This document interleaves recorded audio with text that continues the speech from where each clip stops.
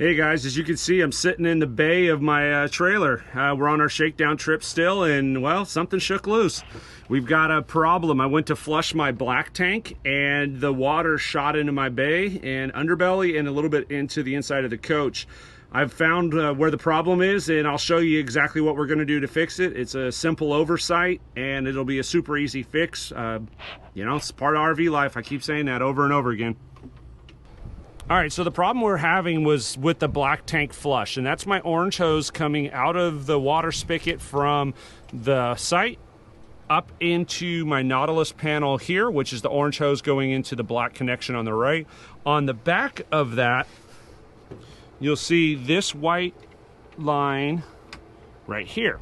So that's the outlet of the orange hose. So the orange hose going in the front, the white line coming out the back. That line, if you follow it, runs up into our bathroom. The white line then goes into a 90, comes back down, and then runs into the black tank, which is there on the floor. My problem was that the black tank flush, the white line, was not connected. All right, so this little piece here was on the back of the Nautilus system. It hooks up to what is the input from the black tank, and this should be running through my system and then to flush my black tank. On this end, we've got a 90. This piece never got connected to the plumbing.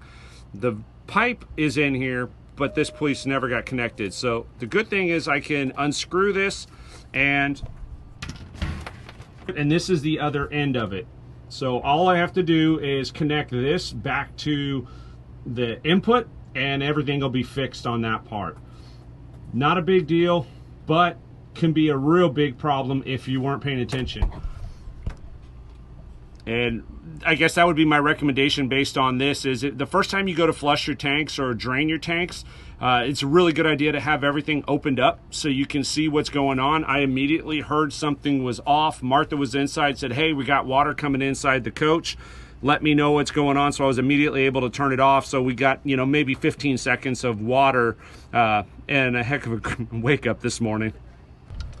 An important item to have in your trailer anytime you're traveling is some sort of PEX kit. There's no over-the-counter kit that I found, but this works really well.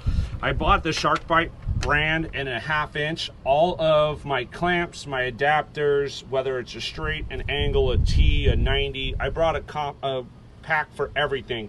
The other thing that is important to have is right here, and that's going to be a removal tool, a PEX tube cutter, and a PEX crimper.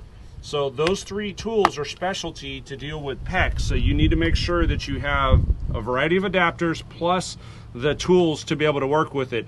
The flush line has enough length that I'm going to be able to remove this section plus the 90 and go right on the end of the valve. So I'm going to eliminate 2 connection points down to 1, which anytime you can reduce the amount of connection points, you're going to reduce your chance of having a water leak. So get a PEX kit. Crap happens. Let's fix it. So I've changed my mind. I was going to just cut this off, put a new crimp on and put it back, but since I have one that's already a brass fitting, I'm going to go ahead and replace the plastic one with the brass one. One more thing that I won't have to worry about down the road breaking, especially since the black tank valve or the flush is something that I use all the time, probably a good idea to just go ahead and upgrade it. And this one is a 1/2 inch by 1/2 inch FNPT, and it's a female adapter, so it'll screw right on the back of the Nautilus panel. All right, so this is the back of the line that actually, when you hook up your hose, it runs into this, up into your sink, down into your black tank to flush it. Putting it back together is really simple. You put the PEX crimp on, you slide the fitting in place, make sure it's seated all the way, slide that back, and then use the crimp tool to tighten it down. The crimp tool is a little interesting. It's got a hole right here in the front, and it just ratchets in place.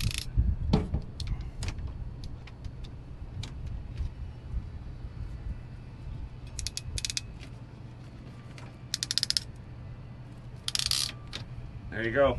That's it. So now it's in place. That's crimped nice and tight. That won't come out. And it's a brass fitting. Easy fix, but Keep an eye on your stuff, guys, because this could have been really, really bad if I walked away when I was flushing my tanks.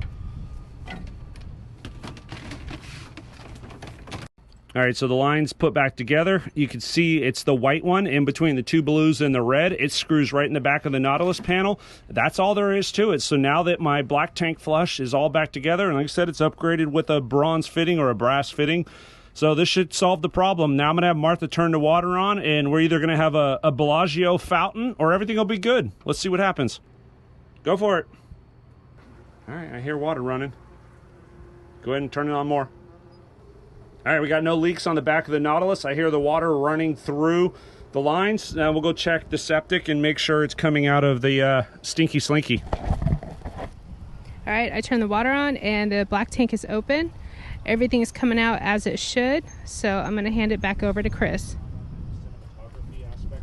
I can't stress enough the importance of having your panel opened up, especially on your shakedown trips. Keep an eye on everything, make sure everything's tight and anything weird. I was able to catch this within about 15 seconds of it happening because I was outside.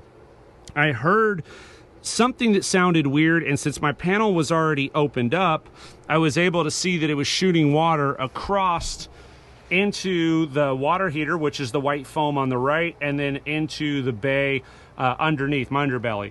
So if I had walked away, this would have been a massive water leak. So we caught it quick. It was an easy fix. Make sure you take the time to carry the spare parts. I know it's a pain, but when things like this happen, it's a super easy fix if you have everything on hand. So this repair overall took me 3 to 5 minutes. It was a quick and easy fix. The only reason it went so quick is I literally had all the parts and tools on hand.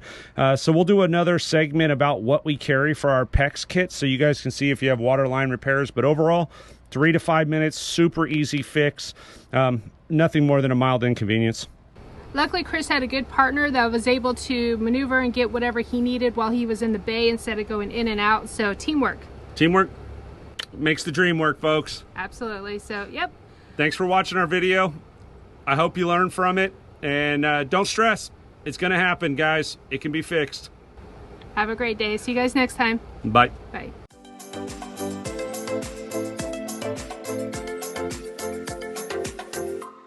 Yeah, y'all didn't know I was a contortionist, did you?